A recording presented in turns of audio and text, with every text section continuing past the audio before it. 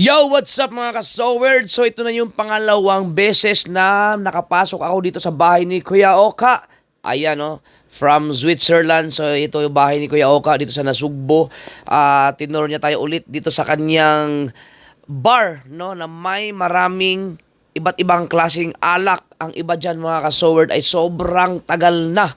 Yan, so andyan yan lahat yan, puro mga alak yan. So kung gusto niyo mapanood lahat ng mga isa-isang mga video dyan, ay panoorin nyo sa channel ni Kapayaso. Yan, si Kapayaso nag-vlog dyan. Yan, puro mga alak yan mga ka-Sowerd. So meron siyang ibinigay sa aking alak. Ibibigay pa lang dyan sa time na yan. Ayan, ipapakita ko ngayon dyan. So sa ngayon ay akala ko tinutok na, hindi pa pala. Ayan, no. So ganda na kanyang bar, no, salamin. Ito, yan, Jameson. Yan yung iinumin dapat namin yan. Kasi may party sa kanila. Sa mga lasing na kami, dahil mga imported din yung pinainom niya sa amin. So sabi ko, ibalik mo natin sa bar. Kukuhanan ko lang ng video para may remembrance ako. Kasi 19 years na yan sa kanyang bar. So idadalhin na lang daw niya sa Bukana kinabukasan. So yun, ayan si Kuya Oka. Shoutout si Kuya Oka. Thank you. At yan nga, kinabukasan na kagad, no? Hapon na yan. Kasi syempre, nangalasing kami, may mga hangover. Dinala ni Kuya Oka kasama ang kanyang misis na si Mama Ana. Ayan, si Jameson. So ulitin ko lang mga ka-Sowerd, yan ay 19 years na sa kanyang bar. So mapalad tayo at nabigyan tayo niyan. At ito na nga, pauwi na sila. Talagang yun lang ang kanilang pinunta dyan sa Bukana, no, maibigay lang yan sa akin yung Jameson na yan. So ako na ang inom niyan. At ayan, magkakilala din pala sila natin Sally. So pauwi na sila. Ayan, nagta-tricycle lang sila. Ayan, pero mga ka-Sowerd, ang daming mga ang daming mga sasakyan. Ang daming mga sasakyan din sila. Ayan, so all the way from Switzerland. Grabe. Sowerd, biruin mo 19 years na sa kanyang bar. Tapos hindi natin alam kung, hindi ko natanong kung ilang years na to doon sa mismong nung binili niya to, no, sa Switzerland. Salamat. Thank you very much kay Kuya Oka. I-ano ko to, tabi ko muna to. Gusto ko siyang sana maabutan to, pero gusto ko ng tikman eh. No, gusto ko ng tikman. Pwede naman siguro, hindi naman siguro to ma-expire. Na may alak pa ng gano'n. Hindi pa na na-expire ang alak, no? Jameson. Hello! Hello! Ay, editor to ah! Jameson. Tinanong ko si Kuya Oka kung anong tamang pagbigkas. Jameson daw. Hindi siya Jameson. Jameson. Ba, baka patay na yan. Ang manok, ano yan, nakabitin eh. Ay, ano pang balaybo yan? Ha? Pang balaybo. Uy pa. Nakabitin. Nakita ko kasi mga ka-Sowerd yung manok ni Kabungot na nakabitin dyan sa may duhat, no? So, ihin ako sa mga time na yan. Hindi na ako umabot sa CR. Kaya umihi ako dyan at nakita ko ang kanyang manok nakabitin na. Buti na lang, naabutan maraming buhay. Papatay na yan. Dapat dito, hindi na lang din eh. Uy, pang ano yata yan eh, pang sabong. Di ba? At after 4 days, yan na ang aking karugtong ng vlog, no? So mga ka-Sowerd, nung nakaraan kasi ay nag-vlog ako.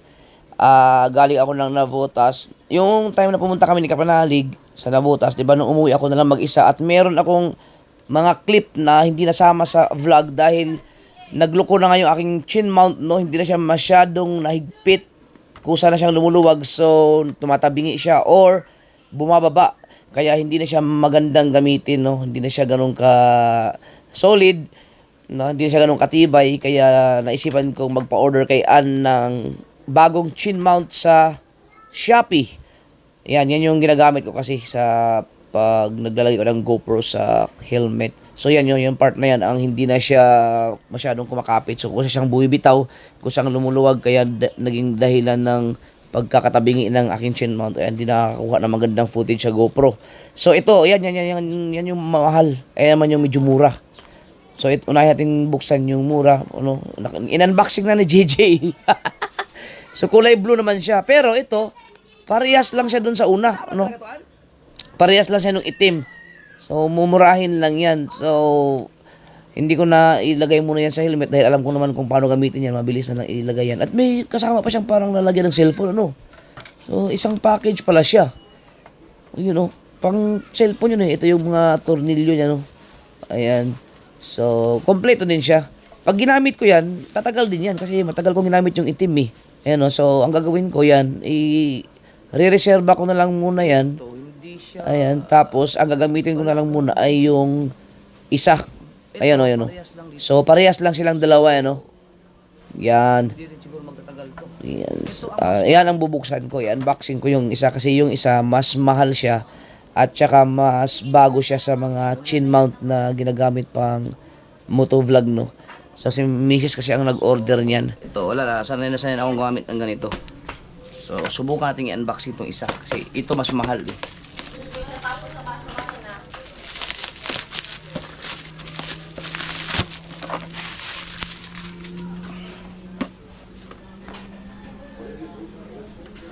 Tilsin.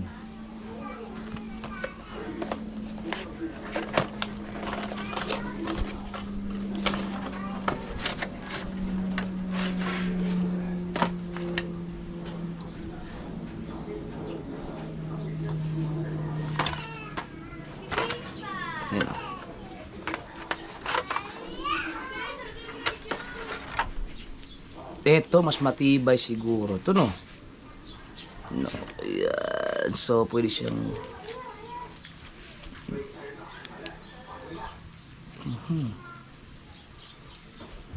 So, paano siya i-install sa helmet? Double siya, no?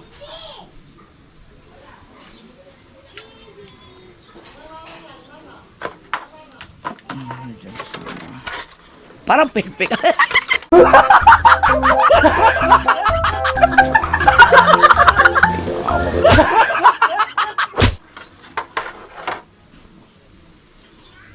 Paano kaya ito? So, tingnan natin. I-clear muna natin ito. Clear. Clear perimeter. Ito. Magamit ko siya sa ano.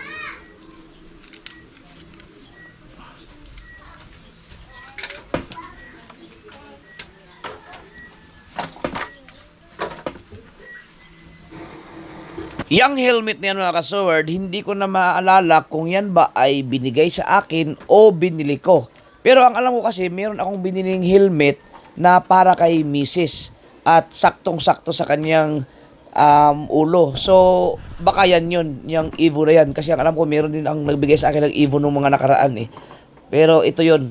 Kasi pag nagbabiyahe kami, nagmumotor kami ni Mrs., ang gamit ko kasing helmet dati ay yung AGV eh, nasa Mindanao yun. At ito yung pinapagamit ko kay Mrs. So baka binili ko siguro to. Pero hindi ako sure. Ngayon, yan ang ginagamit ko kasi medyo lumuluwag na siya sa ilalim. So maluwag na siya sa ulo ni Mrs. No? So sa akin, saktong-sakto, mahigpit na mahigpit siya. Pero ngayon, unti-unti na naman siyang lumuluwag.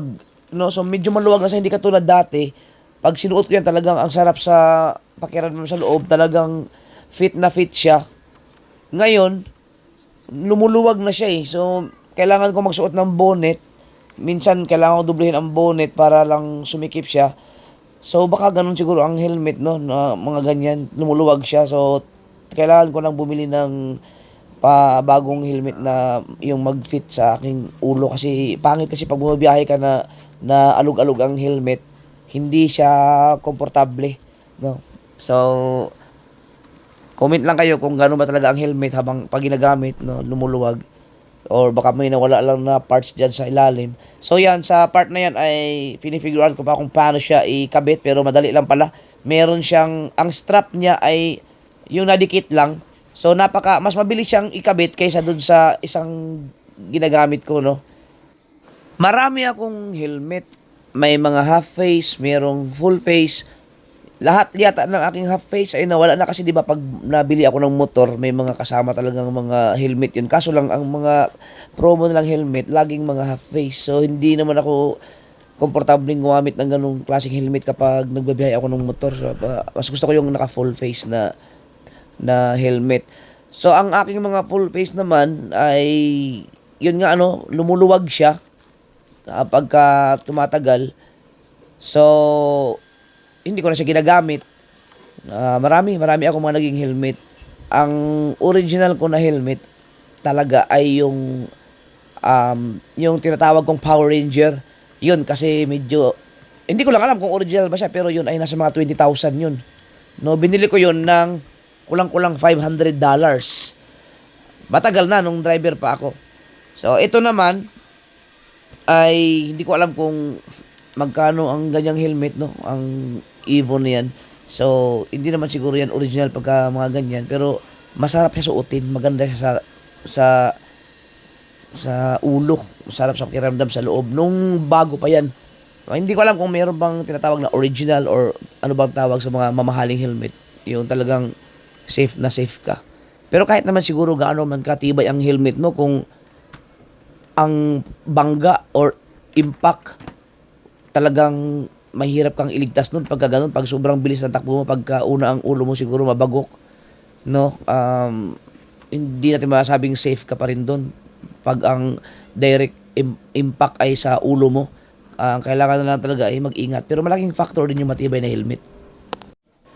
Yan, ikakabit na natin yung GoPro.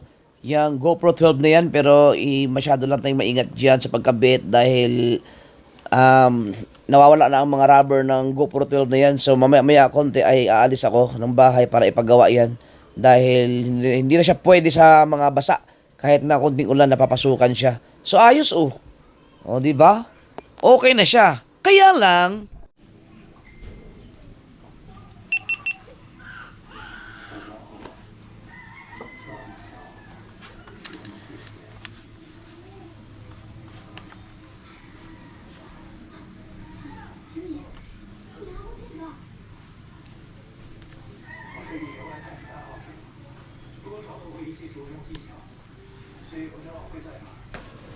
di ba? Pasenya-senyas na lang ako. Kasi, habang binablog ko yan, iniisip ko kasi ay i-voice over ko. Walang iya. Unya, kay wala pa mang jud ko na satisfy akong ang pormaha, kay murag gi-move on ra jud ko sa kanan na ang GoPro ba. Gusto ko nga mutaas siya. So, di kuha ko kanan na ang mga tornilyo. Kay na may isa ka tornilyo diyan nga na siya ruska ba. Tanawa raw ako abrihan na kay gusto na ako nga mutaas-taas siya gamay kay aron og magsuot kong helmet, makita na ako tong monitor sa GoPro kana siya. Ako nang ibutang didto sa kasi JJ nagsinamok na pod. Kana ibutan ako sa isumpay na ko na niya na Ayan, isumpay na ko para mo taas-taas na ang kuan kanang na ang GoPro kay aron komportable ko. So unya kay unsaon man ni nga dili man mo kasabot. Naintindihan niyo ba sinasabi ko?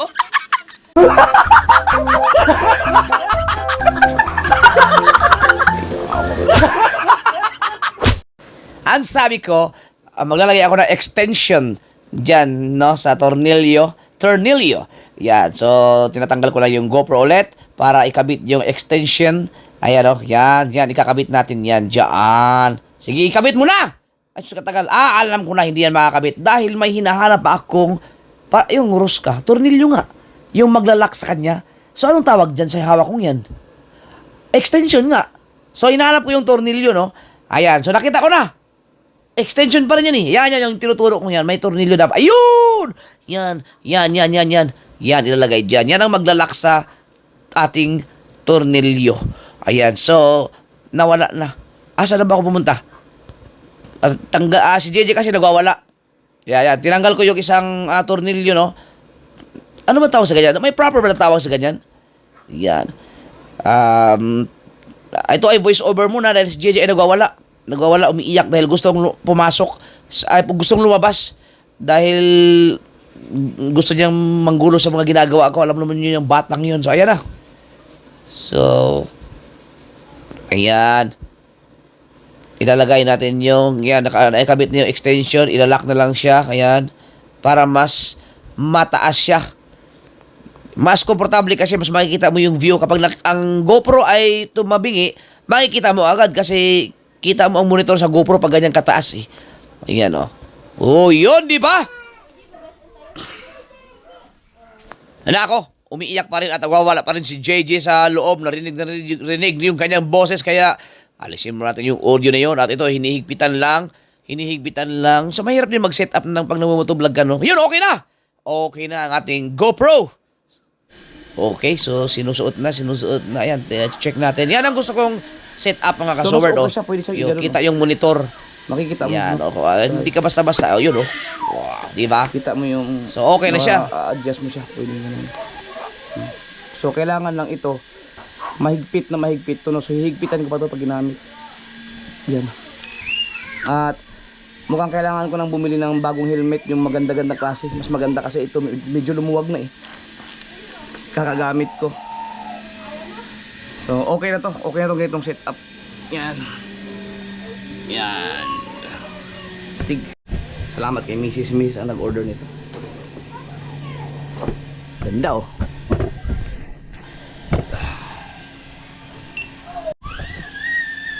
Hindi. Anong ginagawa mo? Makikialam siya. Ay! Baba!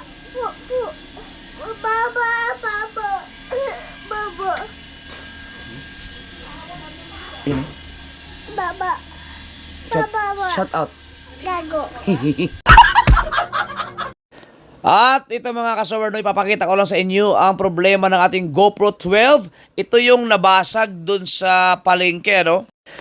Kung naalala ninyo, ito yung kasama ko si Kapanalig na laglag sa palengke at nabasag yung kanyang pinaka LCD. Pero ginawa na to ni JTits, no?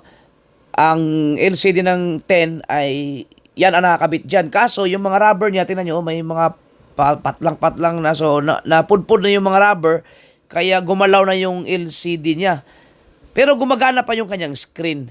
Kaya lang, delikado na siya. Pag naubos na yung mga rubber, mawala na ng tuluyan yung pinakasilan niya. So, wala na. Baka lalo siyang masira. So, yan ay dadalhin ko sa Walter para malagyan lamang ng sealant.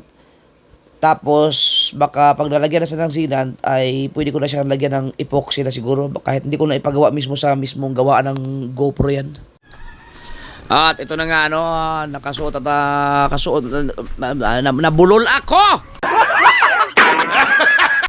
Suot na natin yung chin mount na nakakabit sa helmet at tingnan natin kung ayos ba ang ating makukuhang footage. Medyo nahirapan akong ipasok yung susi doon sa pasukan ng ano man tawag sa ignition key ba ang tawag dyan, no? Sa ignition, dahil siguro kailangan ng lagyan ng WD-60. At ayan, napalabas na tayo. Munti ko pa masagasaan yung pusa. At kung makikita niyo ay may mahabang extension wire dyan. Yan, yung ginagamit nila papa dyan sa mga kuryente doon nakasaksak mo na sa kubo. Dahil sila ay gumagamit ng mga high power tools. Tama ba? At kita niyo, wala pong mga basura sa lugar namin, no? So, ganyan mga kasobard, kumalat ka na dyan. Ang tagal mo, wala akong maisip dito kung ano sasabihin ko eh. Yan, very good. At kung mapapansin nyo ay medyo putik dyan dahil yan sa mga ilang araw na rin umuulan. At hanggang ngayon ay hinahanap pa namin at inaalam kung sino ang kontraktor dyan.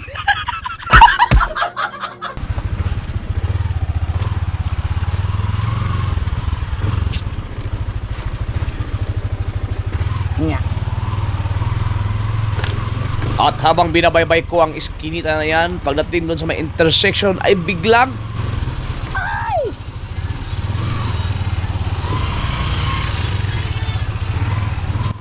tara mga kasoward, samahan nyo na ako. Pupunta tayo ng Walter!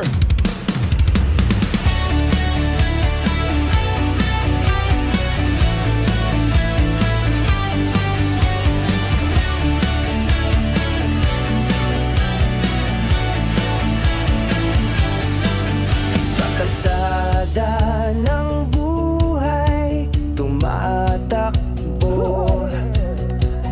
Jabber, sniper, laging nakatayo. Kaibigang tunay sa bawat kwento. Sa likod ng kamera, totoo kang tao.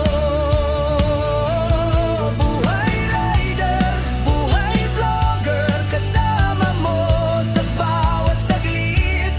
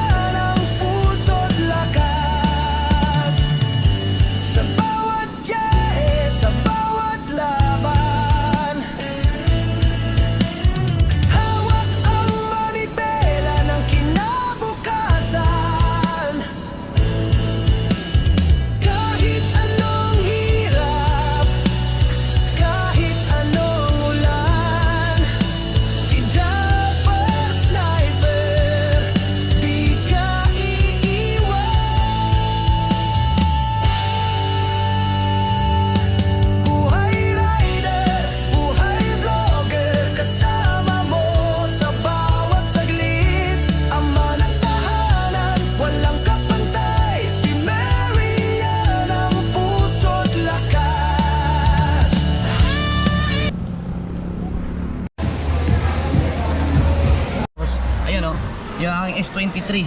Tatatanggal na rin yung papagawa ko na rin. So kung kaya na idikit yung aking S23, pwede rin siguro dito.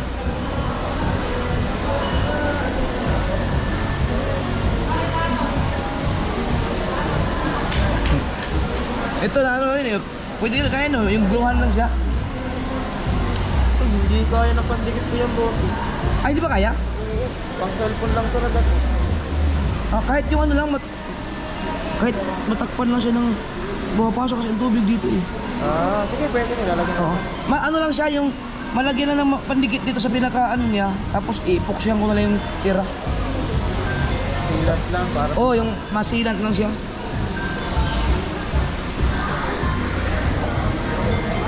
Pinari ko na.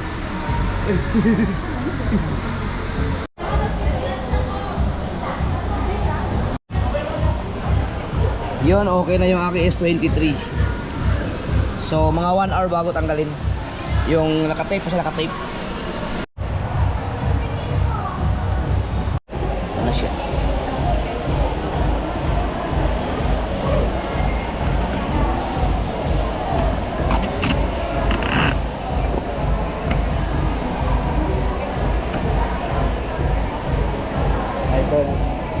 Oy!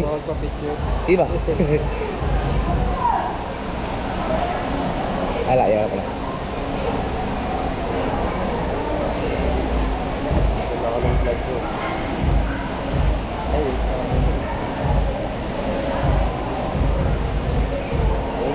Salamat po.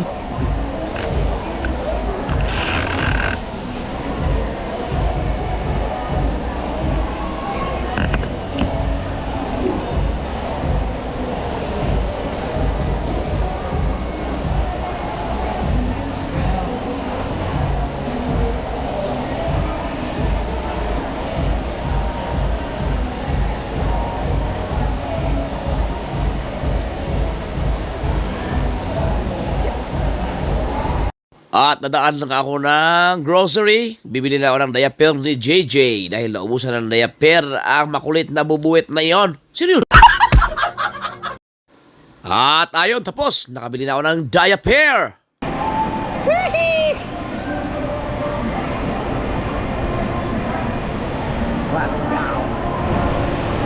Bye, madam.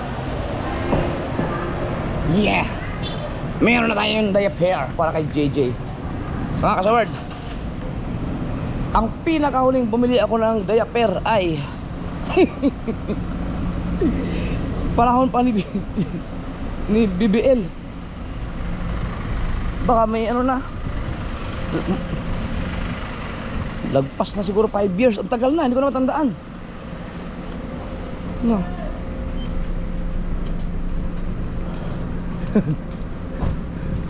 Ayun, kilala sa atin doon. Sobrang tagal na. First time kong bumili ng diaper para kay JJ. 2 years old na si JJ, ngayon ako bumili ng diaper. So, mentras nagpadulong ko sa akong motor, no, na ako'y nakitaan nga duha ka tao, yun, no, manag-uyab siguro silang duha, kay naglalis man sila, nakadumang ko, niingon man tong babae nga, unya, unsao man ako niron nga, magdos man ko, nito magputong lalaki nga, unsay magdos nga, parehaman ta na ibilat, tumboy mo nito sa ako na, lain mo yung nag-iyot ato.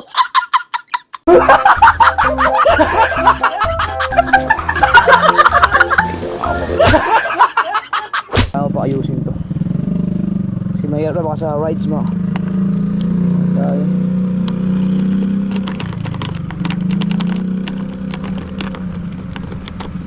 Na, parihaan na, unsao man na akong yabihanan nga, bisa unsao na akong lulo, eh di, lusod, disod mo kayo musunod ang susi.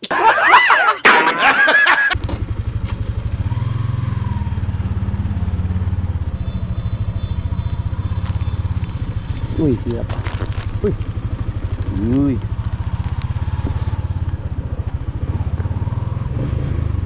So, habang pauwi na tayo, no, para naman hindi kayo masyadong ma-boring dyan sa ating vlog, kantahan ko na lang kayo, no? Kantahin natin yung ginawa kong parody song ng Island in the Streams, yung Ika'y Nag-aa. Guy, yung mga first time makarinig ito ngayon, patay, shout out sa mga OFW dyan, pero yung mga walang mga ginagawang masama naman, ay magsaya kayo. Pero yung mga gustong gumawa ng mga kasalanan, Ay, mag-aana kayo. Ganito yun eh. Baby, pagbalik ko sana we're still fine. Tukso at pagsubok, baby, just don't mind. Payakap ng mahigpit, ito'y para sa future natin. Sound effects. Baby, kumusta kayo ni Junior ko? Bakit di agad nagre-reply when I have a message to you? There is something's going on. Huwag kang mag-deny. Are we still in good relation? My heart is crying now. Nauugnay ka sa iba. Ika'y Stilan. Kalami ba na ay making love with another Island sa Saudi. Trabaho diri. Siging padala sa kong asawa. Anak ng usa. Nganong naduha. Kaysa akong paglarga ikaw From a love into another Hoy, ikaw dyan. Nakikinig ka. Tinamaan ka? Kunyari ka pa. Kung ikaw ay nakangiti, tinamaan ka. Siguro hindi ka lang nahuli. Mais ka dyan, ha? Hindi kasi mapigilan niyo. Hindi nyo mapigilan pag ganun, mga bagay na yan. Grabe, ang bago na kayo. May edad na tayo. May edad na... Hindi, yung mga 60 years old, magawa pa rin ng ganyan eh. No? Mga manyakis. Di lahat ng umalis nag-stick to one.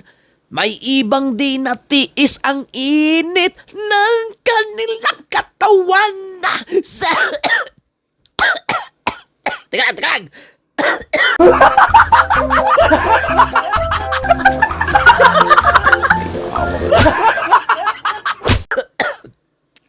Sad but true, but this is the real thing.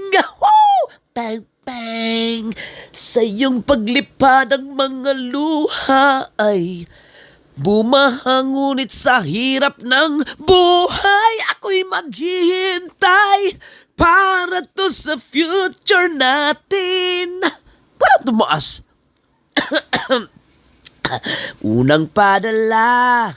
Sobrang happy ng pamilya. Pangalawa, tatlo, apat hanggang nagkulang na. Kasi ikaw din making love with another Ay, kalami ka maminahon ay island sa Dubai. Hirap ng buhay. Trabaho for me. For the family. Perang padala. Nganong kulang na ang dahilan ay ikaw din From your love into another Yeah! Here we go! Lagyan natin ng konting rap para mag-enjoy naman kayo dyan. 1, 2, 3, go! Ano bang nangyayari sa ating mga Pilipino? Bakit ba nagkaganon? Ang mga nangingibayo dahilan ng pag-alis ay mga pamilya nyo. Pero bakit sa inyong pag-uwi sira na to? Hindi naman lahat ganito ang nangyayari. Marami din namang solid hanggang huli. Kasi maayos ang kanilang communication at laging updated sa status ng relation. Dong, inday, bago kayo umalis, siguraduhin mo nang kaya niyong magtiis. Ikaw, wag tusok. Ikaw, wag bukarag sa inyong pagbalik. Buo pa rin ang pamilya. Mga pangungulila, kayanin lagpasan. Tukso at pagnanasa ay iyong ano ba yun? Tukso at pagnanasa ay iyong iiwasan. Hey! Iba'y wag sa ating mga partner lang Yan ang hindi ko kayang gawin.